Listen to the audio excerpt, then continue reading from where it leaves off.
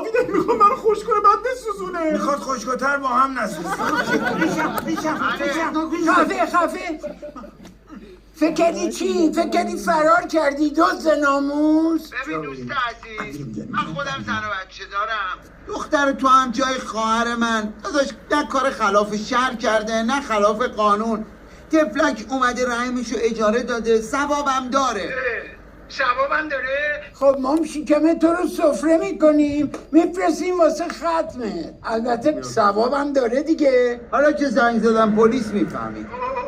نگو اینقدر پلیس مردیم از ترس. بیا اینجا ببین همه دارن میلرزن. بزن زیر اون چارپایه دموم چه بره. چارپایه چی؟ چارپایه چی؟ چارپایه چیه؟ بنداز ادامش کن. امیر تو چقدر گاوی بابا، اینا میخوام ما رو دار بزنن. جدی نگیری نمیخوام فقط ما رو بترسونم. این میتونه دارمون بزن. قول میدی؟ قول 100%. اینجا گوشی اگه یه تاره مو از سر نادر کم بشه با همین شکم راه میافتم میرم شهرستان، آبروی تک تکتون رو میبرم. قرار میذاریم نادر و رفیقش رو بیاریم به جای تحویل خانواده‌اش.